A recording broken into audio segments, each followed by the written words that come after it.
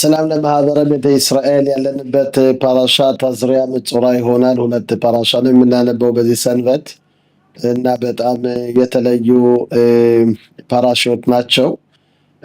እንግዲህ ሁለት ነገሮች የምነጋገርባቸው ዛሬ አሉ።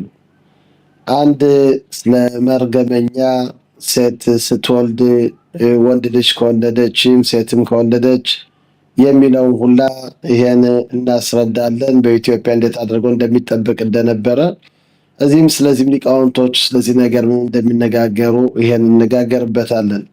ሁለተኛ ደግሞ ለምጸኛ ያው የሆነ ካፉ ስላልጠበቀ አፉን በዛ የተነሳ ለምጽ የሚመጣበትና የዚህን ሁላ እነዚህ ሁለት ነገሮች እናስረዳለን በእግዚአብሔር እርዳታ እና ጀምራለን። ከምዕራፍ 12 ይጀምራል። ቁጥር 1 ባይዳቤር አዶናይ ለሞሼ ለእሞር እግዚአብሔርም ሙሴን እንደዚህ አለው ይላል። ዳቤር አል ብነይ እስራኤል ለእሞር እንደዚህ ብለህም ለእስራኤል ህብረተሰብ ንገራቸው። ኢሻ ኪታስር ያዘራ በያልዳ ዘኻር ሴት አሁንስ እንደሆነ ዘር ብትዘራ እሷም ወንድ ልጅ ትወልዳለች። 7 ቀን ተርከስ እንደዚህም ደግሞ በ8ኛው ቀን የሽልፋት ግርዛቱን ይሄን ይገረዝ። ሽሎሽኞም ሽሎሽት ያምት ይሸብድሜት አውራ 33 ቀን ግን በንጹህ ደሟ ትቀመጥ፣ በተቀደሰው እንዳትነካ፣ ወደ ቤተ መቅደስም እንዳትመጣ እነዚህ ቀኖች እስከሚሞሉ ይላል። እንደዚህም ግን ሴት ልጅ ከወለደች ግን 2 ሳምንት ትረክሳለች። 66 ቀን ደግሞ እንደዚሁም በንጹህ ደሟ ትቀመጣለች ይላል። እነዚህ ቀኖች በሞሉ ጊዜ ብሎ ታሜ ታወራ ለበን ወለባት ለወንድም ለሴት ከሆነ ያው አንድ በግ እንድታመጣ እንደዚህም የተለያዩ ቁርባናቶች የምታመጣው ሁላ ይሄን ወሪቱ ይዘረዝርልናል እና በእውነት እንደምናየው ይሄ አባቶቻችን በኢትዮጵያ በነበርንበት እናቶቻችን የዚህን ስነ ስርዓት በጥሩ ሁኔታ በደንብ አድርገው ሲጠብቁት ነበር እና ይህን ትንሽ ለመግለጥ ትልቅ ሊቃውንት ራምባን የሚባል አለ፣ ራቢ ሞሼ በር ናህማኒ ስለዚህ ነገሮች ምን እንደሚናገር ይህን ትንሽ ለእናንተ ለመግለጽ እፈልጋለሁ። ከዚህም እኛ ስናደርግ የነበረውን እንድንገነዘበውና እንድናውቀው በማለት ነው። እንደዚህ ይላል ራምባን የሚባለው በታማአሽ ሽባት ያሚም ኪሜን ይዳታ ድቦታት ይትማ በአናኾን በና ይላል። በእኔ በአይኔ የሚመስለኝ አይሻ ኪመርያ ቲካሬ ኒዳ ለምን ኒዳ ተብላ መርገመኛ የተባለች ለምንድን ነው ብሎ ይጠይቃል። ባቡር ያርኺኳ ኮል ብኔ አዳም ሰው ሁላ ስለሚያርቋት ለብቻዋ ተገልላ ስለምትቀመጥ ስለዚህ ኒዳ ማለት ኒዱ ማለት ነው።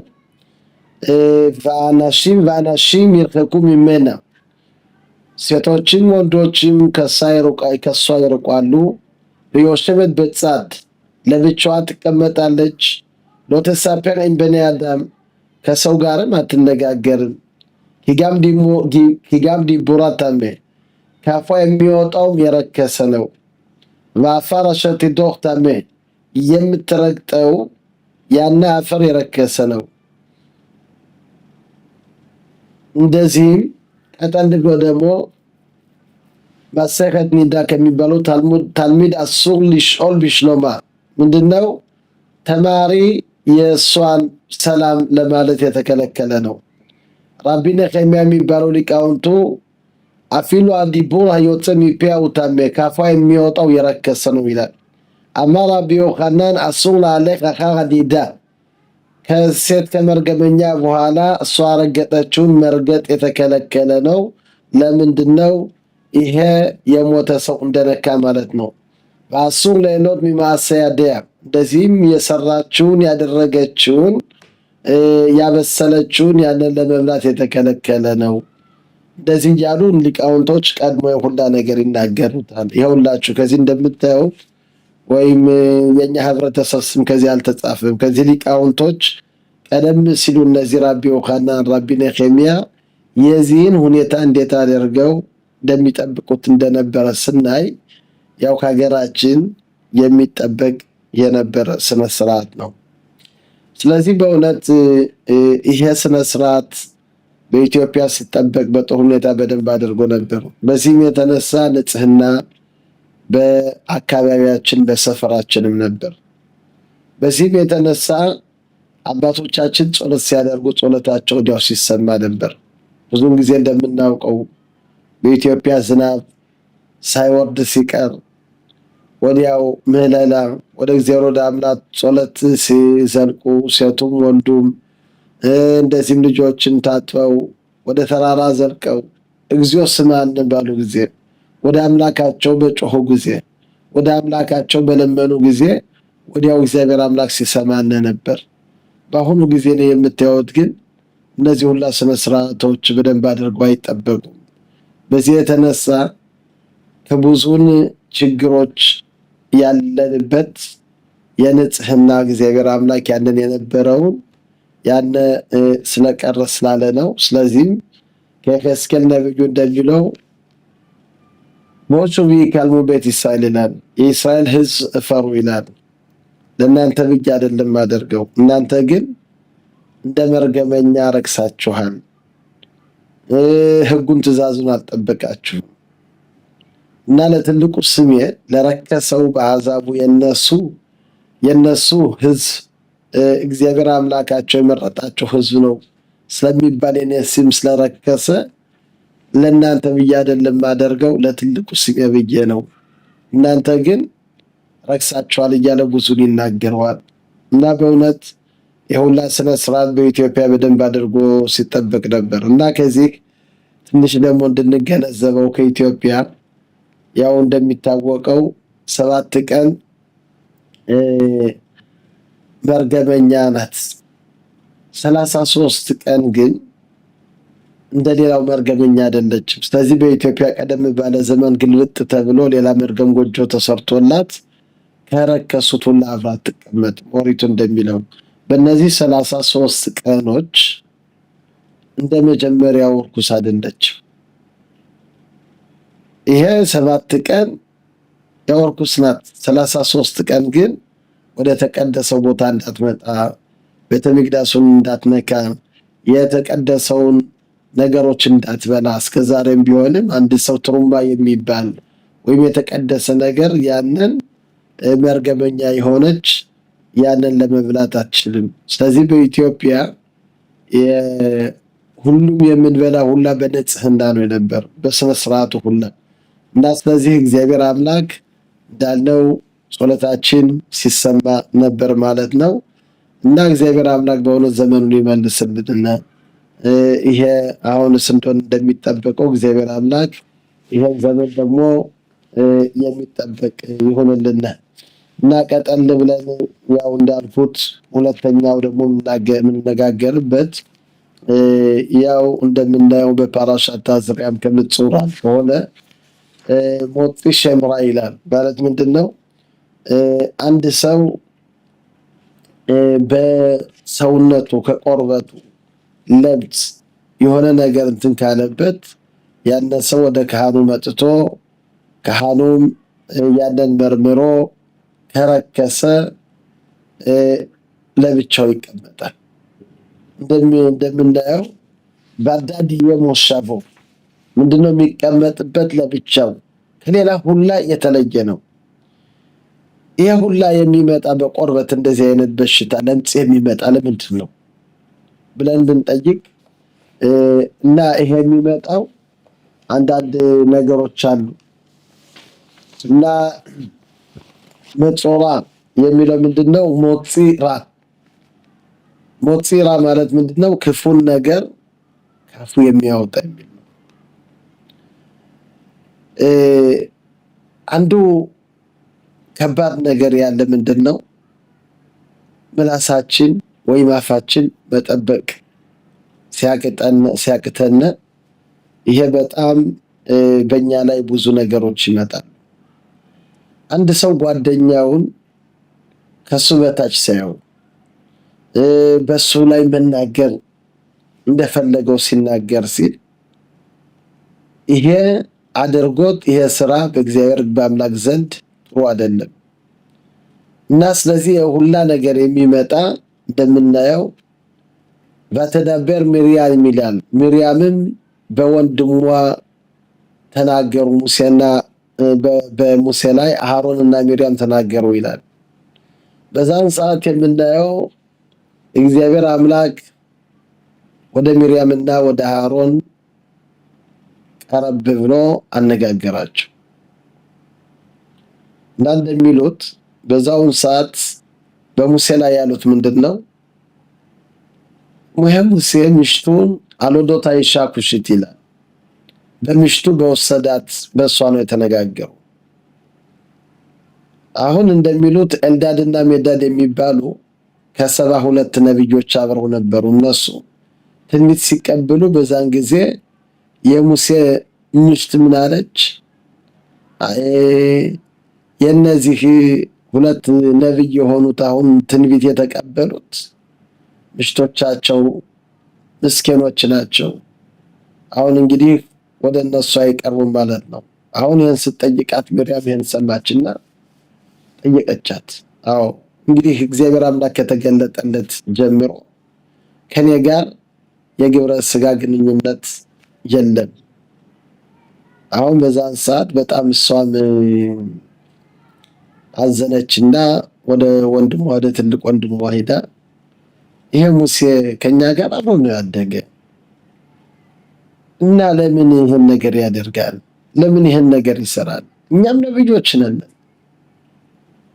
እኛም እንደሱ ነን በማለት ይሄን ነገር ሲናገሩ በዛን ጊዜ እግዚአብሔር አምላክ እንደሚሉት በዛውን ቀን ሁለታቸው ያው ያለነው ከቤታቸው ይሄን ነገር ከሷም ከባሏ ጋር እሱም ከምሽቱ ጋር በዛን ሰዓት ረክሰው ነበር እና የዛን ጊዜ ደነገጡ ይላሉ። ውሃ አምጡ ብለው እግዚአብሔር አምላክ ተገለጸላቸው። እግዚአብሔር አምላክ እንዴት በባሪያዬ በሙሴ ይሄን ነገር ትነጋገራላችሁ? እንዴት በሱ ይሄን ነገር ትነጋገራላችሁ?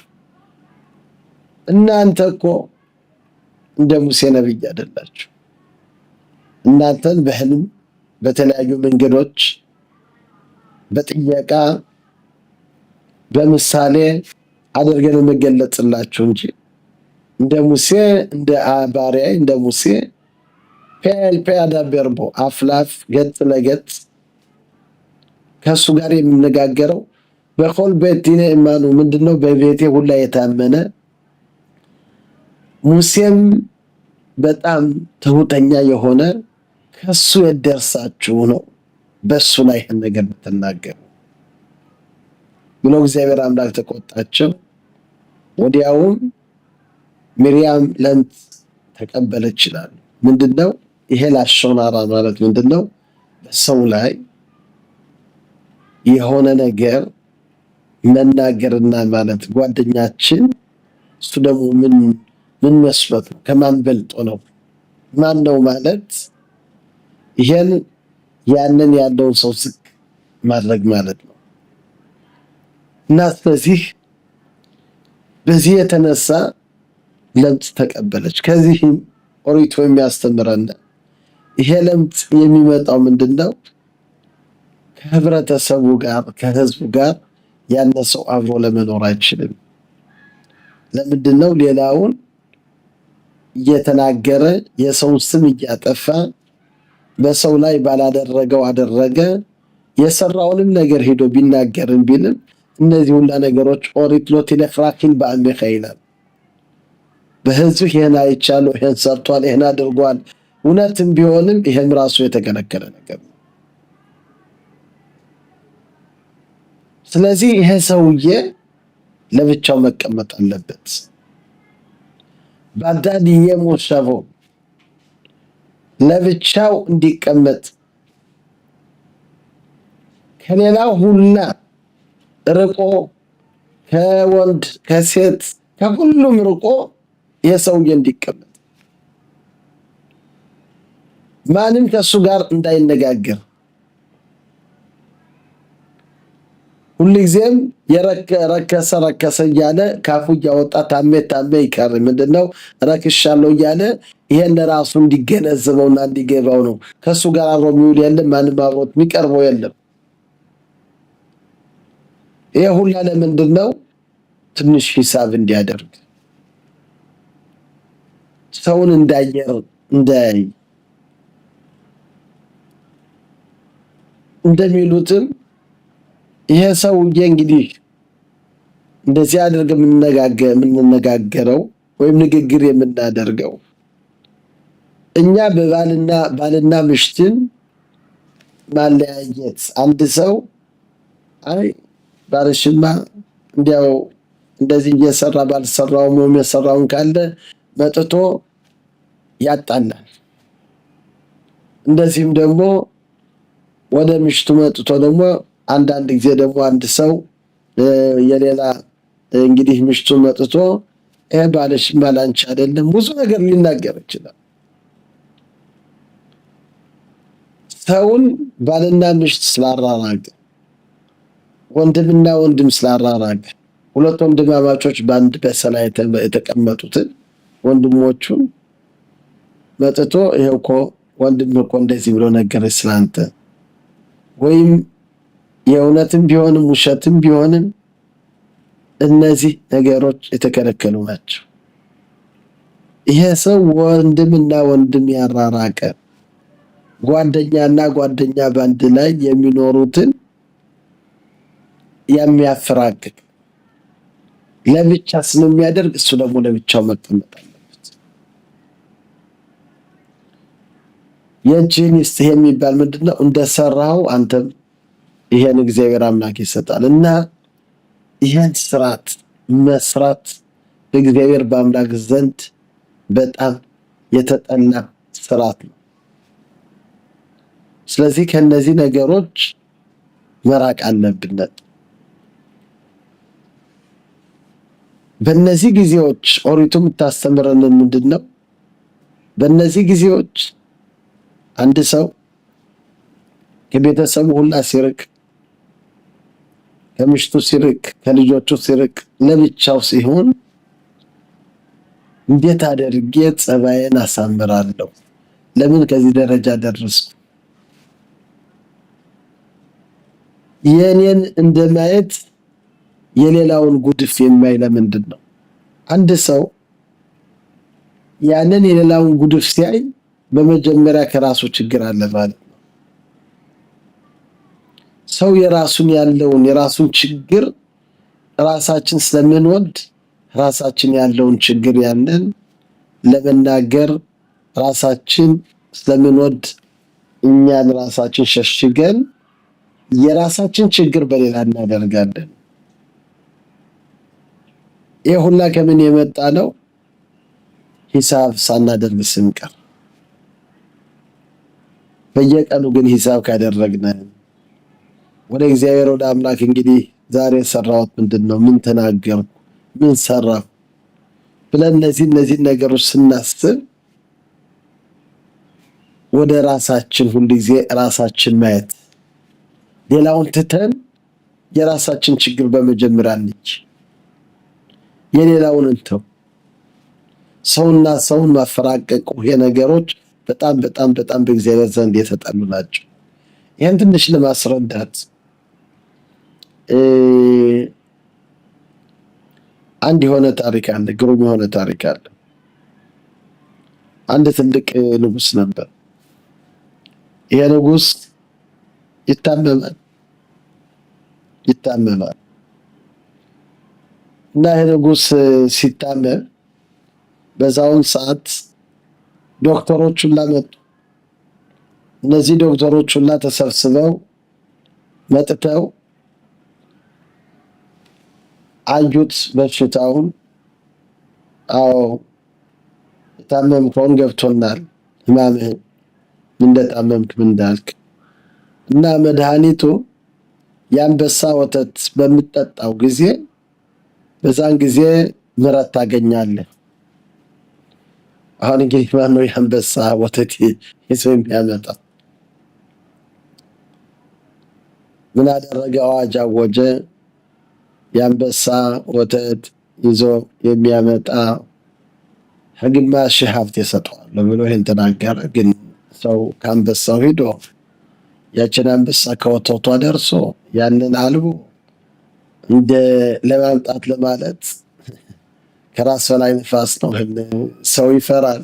ሀብት የሚባልን ግን ከሞት ስለሚደርስ ስለሚል ሰው ከእንደዚህ አይነት ነገር ለመግባትና ለማለት የሚከብድ ነገር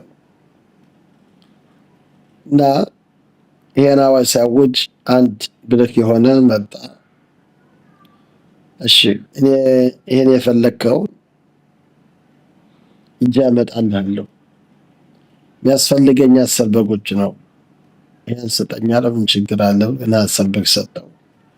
እነዚህም በጎች ወስዶ አንበሳ ካሉበት ሴት አንበሳ ካለበት ሂዶ ይሄን አንበሳ ለዚች አንበሳ በመጀመሪያው ቀን እንዲያው በሩቁ አድርጎ ይጥልላታል። ያንን አገኘ፣ ጨርቅ መስገን እንዲያው እንዴት ያለ ነገር ነው ብላ መሰገነች። ሁለተኛ እየታየ ሰጣት።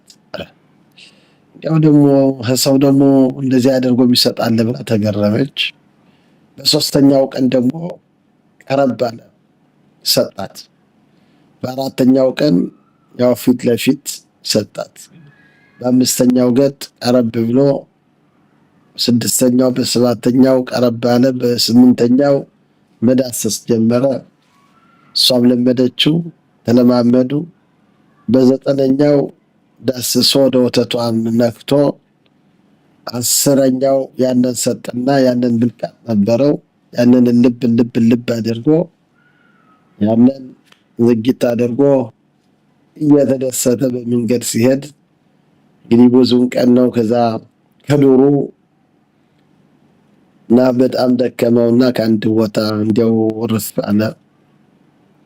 አሁን ይታየዋል አካላቶች ሁላ ራስ በራሳቸው እንዲያው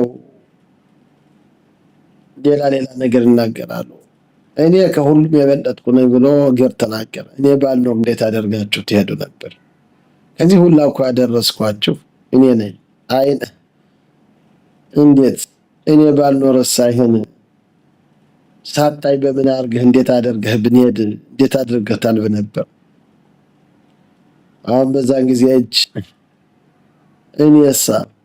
እኔ ካልኖርኩ ያለፍኩ በእኔ እጅ ነው የታለበ። እግር አንተን ብታደርስ እኔ ነው ያለፍኩት። እና እያንዳንዱ አይንም እንደዚህ ያለ ጆሮ ደግሞ ይህን ነገር ከንጉሱ ሂጄ የሰማሁ እኔ አይደለሁ እኔ ነው ያለ። ምላስ እኔ ነኝ የምበልጥ ከሁሉም።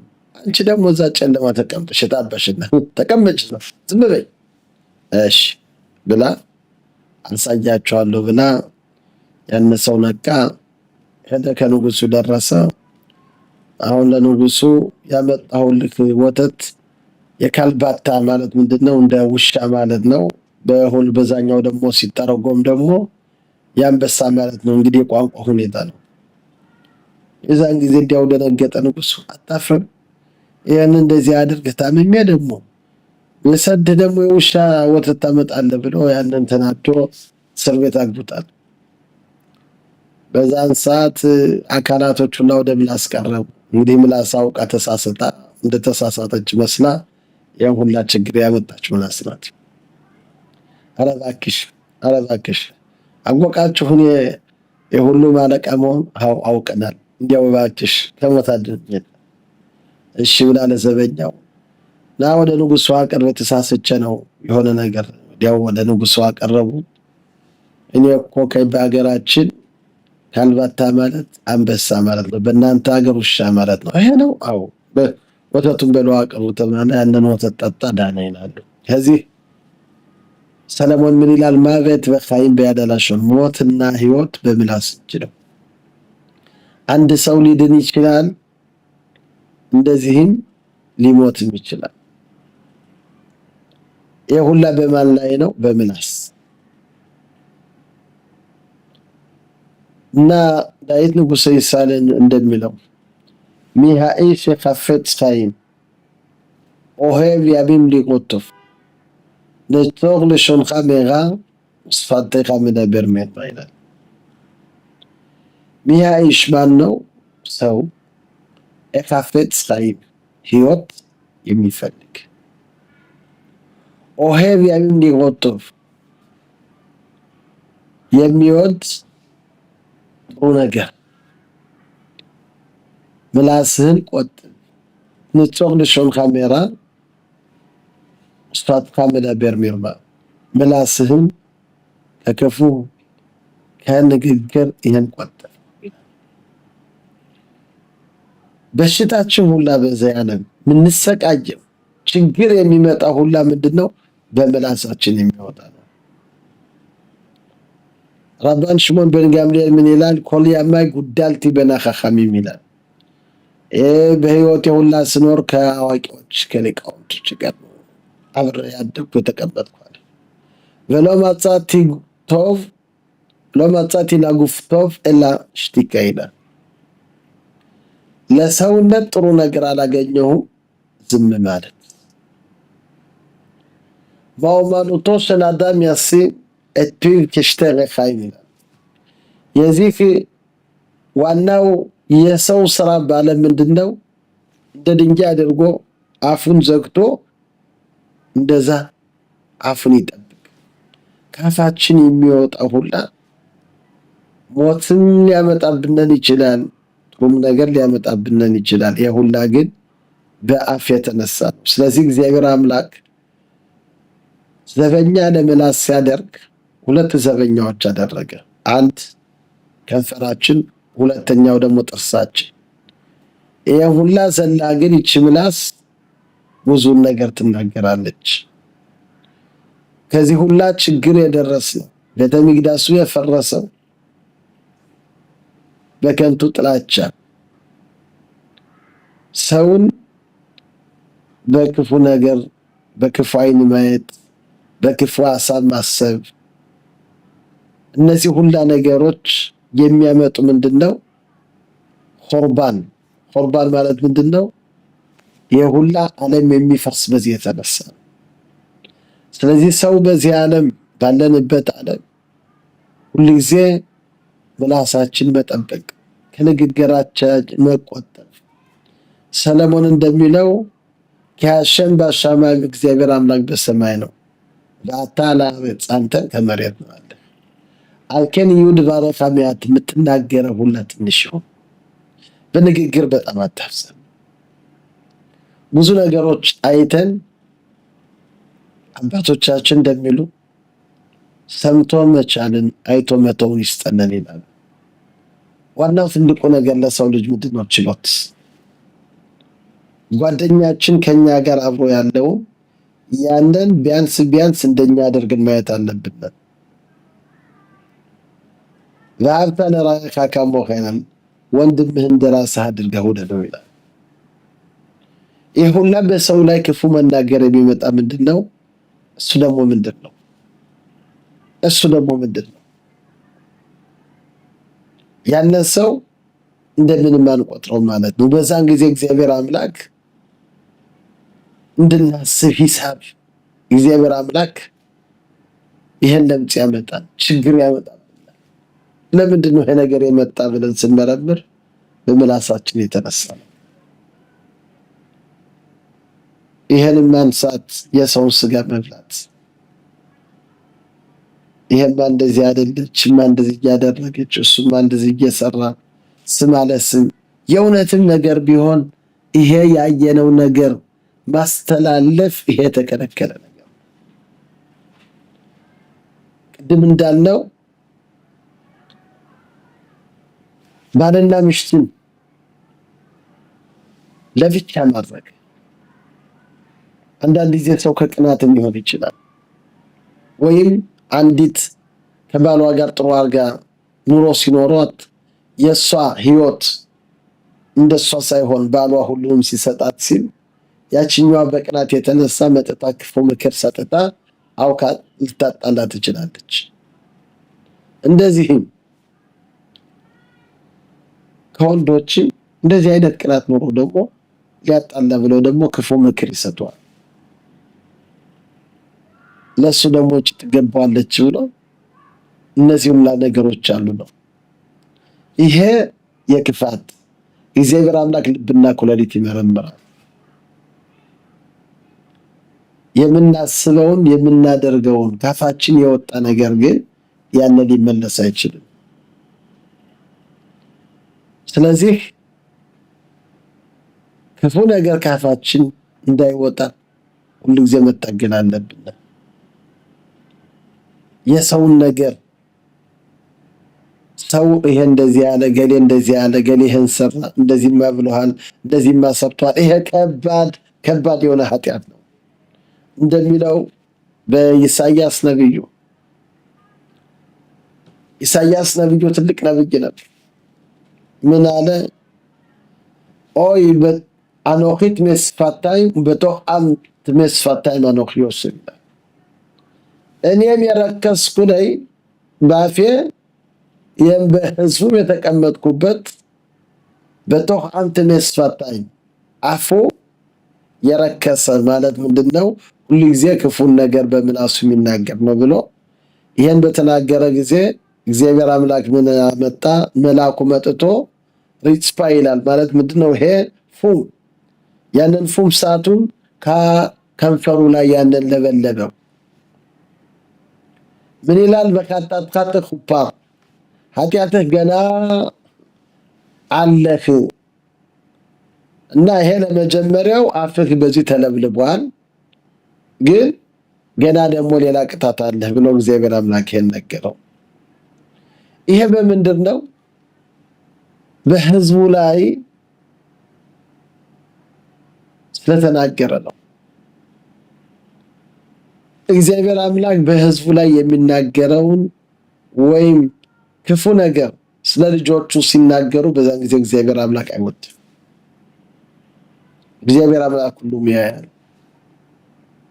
እኛ ግን ስናቀባብል ሂደን ይሄ ሕዝብ ፈርደን ይሄ ሕዝብ የማይገባው ሕዝብ እንዲያው እንደዚህ ነው ብለን ሌላ ነገር ስንናገር በዛን ሰዓት ያንን አቀባብልነን ማለት ነው። ለነገረ ሰሪ ለሰይጣን ይኸውና መስክሯል፣ ነብዩ እንደዚህ ብሏል፣ ይኸው የሰው ገሌ እንደዚህ ብሏል። እንግዲህ በሰማይ አንድ ሰውን ለመቅጣት ለማለት አልፒሽ ተዕዲም ያኩም ዳባር ይላል። ቅጣት ለመስጠትና ለማለት ሁለት መስካሪዎች ያስፈልጋል። እነዚህ ሁለት መስካሪዎች ከሌሉ ያነ ሰው ሊቀጣ አይችልም። ለምንድነው? በሁለት መስካሪ ይቀጣ ይላል። ሰይጣኑ አሁን ሄዶ ከሰማይ ገሌህን ሰርቷል፣ ገሌህን አድርጓል ብሎ ይከሳል። አንተ ለብቻህን አምላክ ይላል። አሁን ምንድነው የሚጠብቅ? ገሌ ስለዚህ ሰውዬ እንደዚህ ሰርቷል ይሄን አድርጓል ሲባል ይኸውና አገኘሁ ጓደኛ። የዛን ጊዜ ማን ይቀጣል? ያነ ጓደኛችን። እኛ አሁን ለእግዚአብሔር ለአምላክ ይሄን ሰርቷል ይሄን አድርጓል ይሄ ኃጢአተኛ ስንል አቀባበልነን ማለት ነው። እና በዛን ሰዓት የሁላ ቅጣት የሚወርድ ለምንድን ነው? በእኛ የተነሳ ማለት ነው። ስለዚህ ነብዩም ቢሆንም ይሄን ነገር በእስራኤል ስለተናገረ እግዚአብሔር አምላክ ተቆጣ። እንደዚሁ ሙሴ የእስራኤልን ሕዝብ እግዚአብሔር አምላክ ሂደህ አውጣቸው ብሎ እግዚአብሔር አምላክ ለሙሴ አለው። ምን አለ? አያምኑኝም አለ። ይሄ በሕዝቡ ላይ አሜት ተናገረ ማለት ነው። በዛን ጊዜ እግዚአብሔር አምላክ ምን አለው? እጅህን ወደ ብብትህ አግባዋል። እጁን ወደ ብብቱ አገባ አውጣው አለው። ወይኔ ያደው መጽራት ካሻለግ ይላል። እጁ እንደ ነጭ ሆና ወጣች። ምንድነው? በሕዝቡ ላይ የተናገርከው ነገር አለ፣ ይሄ ጥሩ አይደለም ብሎ አምላክ ነገረው።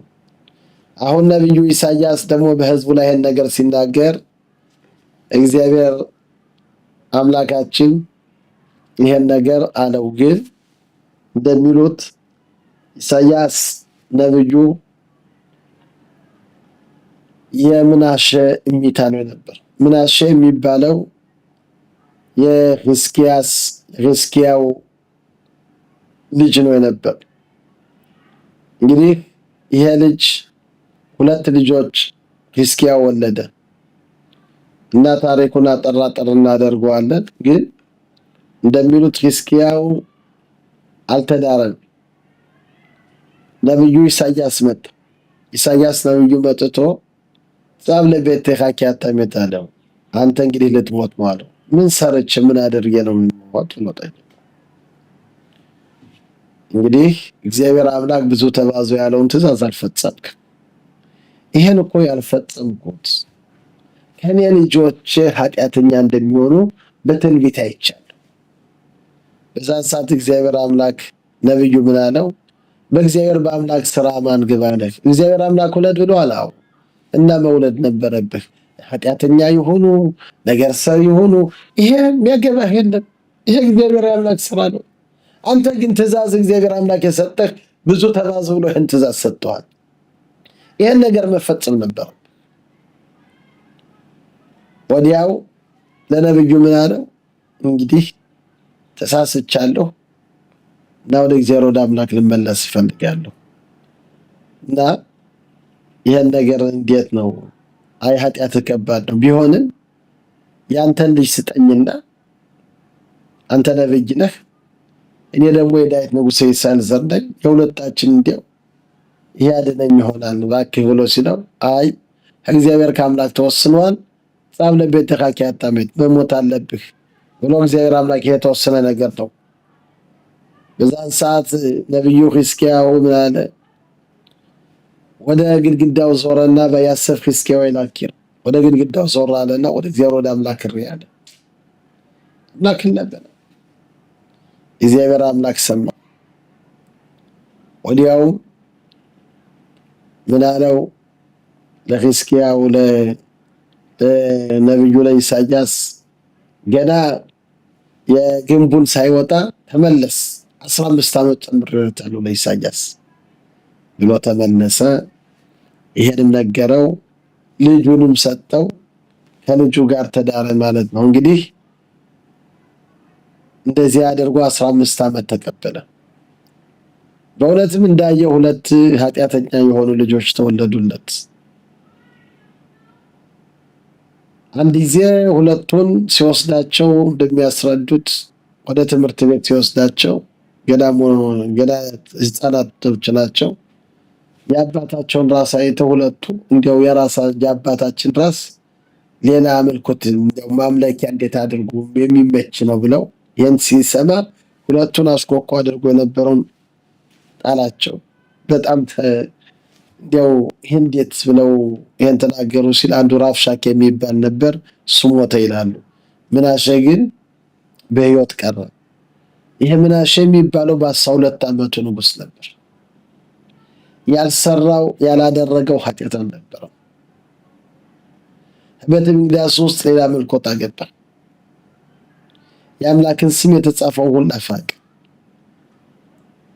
በመጨረሻ ተመለሰ። ግን ወደዚህ ወደ ታሪካችን የጀመርነው ኢሳያስ ነብዩ እሚታው ነው ነበር።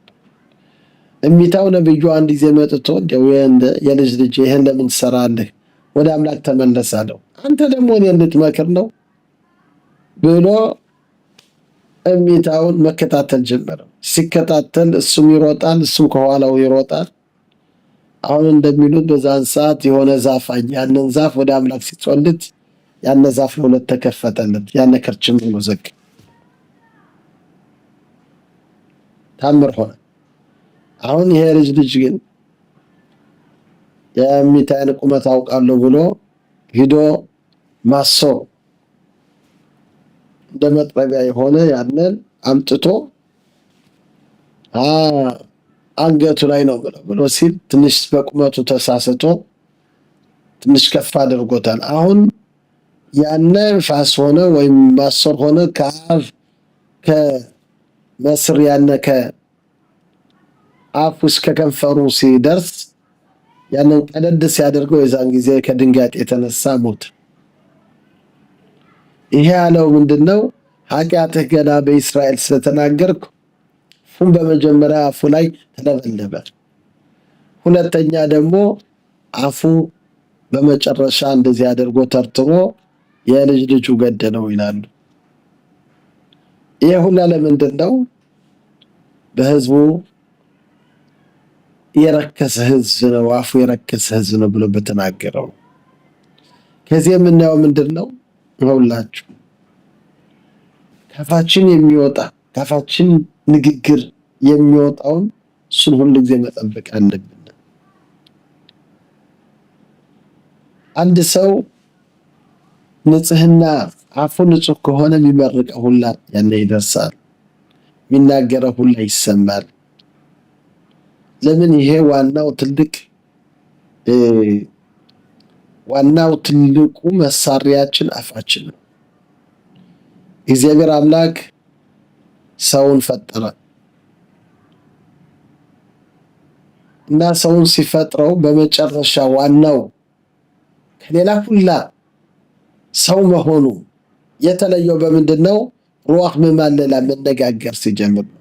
ንግግር ከሌላ ሁላ የበለጠ መሆን በንግግር ነው እና ስለዚህ የንግግር በጣም በጣም በጣም በጣም ትልቅ ማይረግና ትልቅ ደረጃ ነው። ያንን ግን ንግግር እግዚአብሔር አምላክ የሰጠንን ከእሱ ጋር እንድነጋገር፣ እሱ እንድናመሰግን፣ አምላካችን እንድናሞግስ በሰጠንን በዛ አፍ ሌላ ነገር ስንናገር ደግሞ ያንን ደግሞ እንጎዳለን። በመጀመሪያ ምንጎዳ ራሳችን ነው ምንጎዳ። ሰው ጎደሎ አለ ብለን ከተናገርነን እኛን ራሳችን በመጀመሪያ እንጎዳለን። ችግሩ ከኛ ነው ያለ እና ሌላውን ከማማት ስለሌላው መናገርና ማለት ትተን ሁልጊዜ የኔን የራሳችን ያለንበትን ልጅ ሌላውን ከምንነጋገር በሌላው እጅ ብንነጋገር እኔ ራሴን እስኪ በመጀመሪያ ልመርምር፣ የራሴን ነገር እስኪ ልጅ ከሌላው ከመውጣቴ እኔን በመጀመሪያ ልመርምር ብለን ምርመራ ሁልጊዜ ካደረግን ይሄ ነገር ቀስ በቀስ እያልን ወደ እግዚአብሔር ወደ አምላክ መንገድ እየገባን እንሄዳለን ማለት ነው እና ስለዚህ ዋናው ትልቁ ነገር ይሄን ነገር ሁላ በምናነበው ጊዜ ይሄን ራሳችንን በአሁኑ ጊዜ በአሁኑ ዘመን ባለንበት እንዴት አድርገን ሰውን ማቅረብ፣ ሰውን አይዞህ ማለት፣ ባልና ሚስትን ማስታረቅ፣ ጓደኛና ጓደኛን ማስታረቅ፣ ይሄን ካደረግነን የእግዚአብሔርን የአምላክን መንገድ ያዝነን ማለት ነው። ካራራቅነን ግን በሌላ እምነት ከተናገርነን እውነትም ያለ ነገር ቢሆን በዛ የተነሳ ባልና ሚስት በሰላም የሚኖሩትን ብናጣላ፣ ወንድምና ወንድም በሰላም የሚኖሩትን ብናጣላ፣ ወንድምና ወንድም በአንድ ላይ ያሉትን ብናጣላ ይሄ የተጠላ ነገር ነው። እንኳን ሌላ እግዚአብሔር አምላካችን የሚያስተምረንን ከኦሪት ዘፍጥረት እግዚአብሔር አምላክ ወደ ሳራ ተገለጸላት ይላል። ወደ አብርሃም ተገለጸለት። ምን አለው? ላማዘ ጻፋካ ሳራ ይላል። ለምን ሳራ ሳቀች? እንግዲህ እግዚአብሔር አምላክ መላኮችን ሰዶ አንቺን ትወልጃለሽ ብለው በተናገሩ በዛን ጊዜ ሳቀች በልቧ። እንዴት እኔ 90 ዓመት ይሆን ባሌ ደግሞ የ100 ዓመት በአዶኒዛክ ምንድነው ባሌ ሽማግሌ ነው ብላ በባሏ ይሄን ነገር ተናገረች። በልቧ ይሄን ነገር ያሰበችውን እግዚአብሔር አምላክ ወደ አብርሃም ተገለጸ። በኢራኤል ባሉና ቤሎና ማምረ እግዚአብሔር አምላክ አሁንስ እንደሆነ ተገልጾለት ይቅርታ ከተገለጸለት ለአብርሃም በኋላ በየውም ለማ ዘጸኻከ ሳራ፣ ለምንስ ሳራ ሳቀች? ሀፍ ኦምና መለድ ቫኒ ዛካንቲ። ቫኒ ዛካንቲ ማለት ምንድነው? ይሄን እግዚአብሔር አምላክ እኔን ታምር ለማድረግ አልቻልኩንም፣ እኔን ሽማግሌ ነህ ብላ በእኔ ላይ ይህን ነገር ተናገረች። እግዚአብሔር አምላክ አብርሃምን እንግዲህ ሳራ ሽማግሌ ነው ያለች አብርሃም ነው ነበር። እሱ ግን አንተን ሽማግሌ ነህ ብላ እንዳይል ብሎ እግዚአብሔር ባልና ሚስት እንዳይጣሉ እኔን ሽማግሌ ያለችኝ ለምን ሳቀች ብሎ ያንን ሽምግልናውን ወደ እሱ አሳለፈ። ይሄ ምንድነው? ሰላም ለመፍጠር ለማለት ነው። አንዳንድ ጊዜ ሰላም ለመፍጠር ሰላም ነገር ለማድረግ እግዚአብሔር አምላክ ይሁንላችሁ። ይሄን ሽምግልናውን ወደ እሱ ወሰደው። እሷ አለች አብርሃም ባሌ ሽማግሌ ነው፣ እኔን እግዚአብሔርን ሽማግሌ ያደረገችን ይሄን ነገር ለማድረግ አይችልም ብላ በእኔ ላይ ነው ይሄን ነገር ያሰበች ብሎ ይሄን ለምን እንደዚህ አለች ብሎ እግዚአብሔር አምላክ ለአባታችን አብርሃም ይነግረዋል። ከዚህ ግን ይኸውላችሁ ባልና ሚስትን እንዴት አድርገን ሽማግሌ ዋሽቶ ያስታርቃል የሚባለው ከዚህ ላይ ነው። አንዳንድ ጊዜ ይሄ ነገር ሰላም ከፈጠረ እግዚአብሔር አምላክ ባለን የሚፈልግ ምንድነው? ሰላምን ነው የሚፈልግ፣ አንድነት ነው እግዚአብሔር አምላክ የሚፈልግ። ወንድምና ወንድም እንዲዋደድ፣ ባልና ሚስት በአንድ ላይ እንዲኖሩ፣ የእስራኤል ሕዝብ ፍቅር እንድናገኝ እነዚህን ነገሮች ካደረግን የእግዚአብሔርን የአምላክን ስራ ተሰራንን ማለት ነው። ስለዚህ የሁላ ለብቻ ሁላ በአዳድየሞች ለብቻው ይቀመጥ።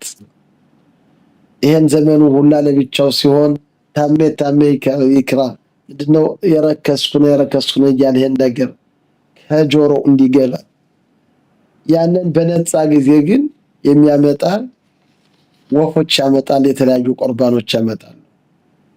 እነዚህ ሽተጽፖሪም ኸዮት ይላል። እነዚህን የሚያመጣቸው ለምንድን ነው? እነዚህ ጽፖሪም ጭፍ ሁሉ ጊዜ ይላል የሚናገሩ ነው። አንተ ደግሞ ከዚህ ሁላ የደረስክ ምንድነው? ከንግግር ከማብዛት ከማለት ነው። አፍህን አልጠበቅም፣ አፋችን አልጠበቅንም።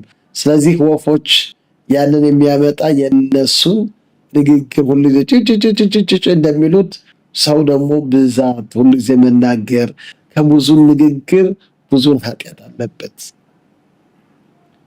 ምንድነው የምንነጋገርበት? የኦሪት ንግግር፣ የአምላክን መንገድ ስለገሌ ይህን ሰራ፣ ይህን አደረገ፣ ይህን ከገባንን እሜት እንገባለን፣ ሌላ ነገሮች እንገባለን። ስለዚህ እነዚህን ነገሮች ሁሉ ጊዜ ማስተዋል አለብንን። ለሰው በዚህ ዓለም ችግር ሁላ የሚመጣበት በአፉ የተነሳ ነው። ኮላጻሮች አዳም በአውላም አዘ መካበል በአፎን አላሸው። ምንድነው ይሄ ሁላ ስቃይ የሚሰቃይ ምንድነው? ከንግግር የተጀመረ ነው። ጥሩ ንግግር ሳይነጋገር ሲቀር በጓደኛው አሜት ሲናገር የሰውን ስጋ ሲበላ ሲነጋገር ክፉ ነገር በዛን ሰዓት በሰው ላይ ችግር ብዙ ነገሮች የሚመጡ በዚህ የተነሳ ነው። ስለዚህ በሕጉ በስነ ስርዓቱ የሚሄደውን ልቦና አምላክ ይስጠናል። ሰላም ለማህበረ ቤተ እስራኤል።